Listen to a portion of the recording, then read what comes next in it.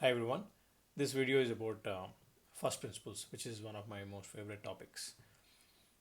You must have heard about first principles at office or in general on YouTube, and this is pretty popular nowadays. And there are also different interpretations to first principles.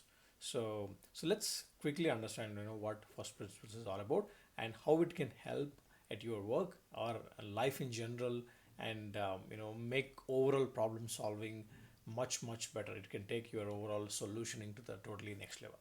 Okay, so just to define what is first principles. First principles is all about breaking down a large problem into smaller chunks to a level that it cannot be broken down anymore. So you basically go completely granular to like the bottommost level of the problem that can be defined, and then you work your solution from bottom up, all the way up, and then come up with a solution to this problem.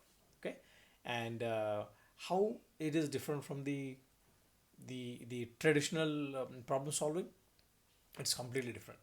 How? So in the traditional problem solving, whenever we hear about a problem, it it is basically an interpretation of someone else, and then you take it from there and actually come up with a solution.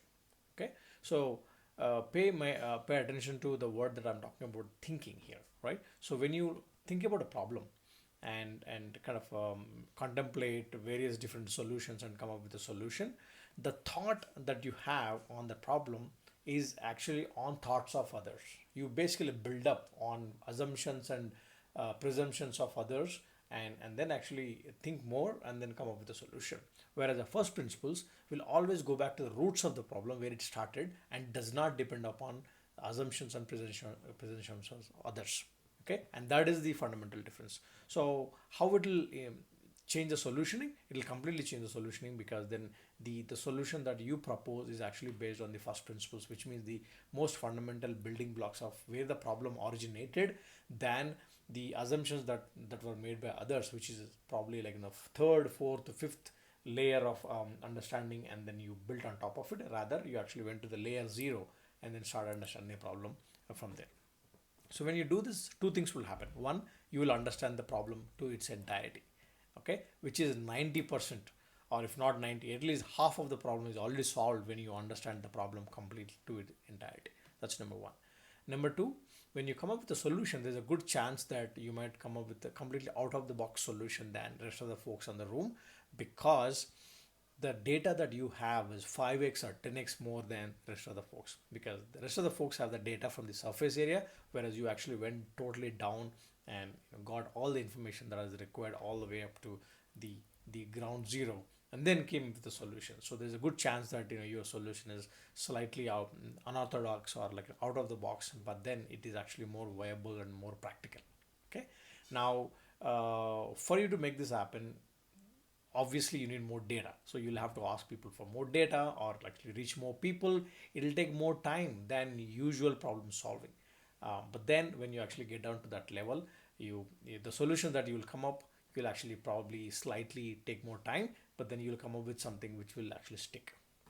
Okay, now does it mean you're a lot more smarter when than others when you use the first principles? Maybe not, but then one thing for sure is that the solutions that you come up will always stick and always have a longer term impact, because it is backed by the fundamentals of the problem itself, which means that you have the most data available to actually make a decision, which is actually the fundamentally needed for solving any problem. Okay, I'll give you one example from Thomas Alva Edison. Is if you give me 1 hour to solve a problem, I will use first 15 minutes of it to think about the problem, which means that you use rest only 10 minutes to actually solution the problem, which means we are not jumping into conclusions for solutioning, which means that we are spending most of majority of the time to actually understand the problem, which is the fundamental concept of the first principles. And let me tell you another great example, real life example of how it is actually used in practice is by Elon Musk. So Elon Musk talks about in one of his videos about how Tesla came about. The electric car concept has been toyed and experimented by multiple different companies starting from 40s and 1950s, But until Tesla came about, none of the companies were successful to actually create a commercially viable car which can actually run 100% on battery, on an electric car. Why? Because the battery was being cost prohibitive, and then when you actually look at a larger scale, it's not commercially viable or something that a company can make money out of, or a consumer, a basic consumer, an average consumer can be confident that I can buy this car more or less the same cost, and I'll have features, similar features, and longevity and performance and all other things could be comparable. Elon Musk took the problem, and the issue is battery. So he went down to the first principles of the battery and the elements that are actually make up the battery, and then he made some fundamental observations there, which on which he actually started building Tesla batteries.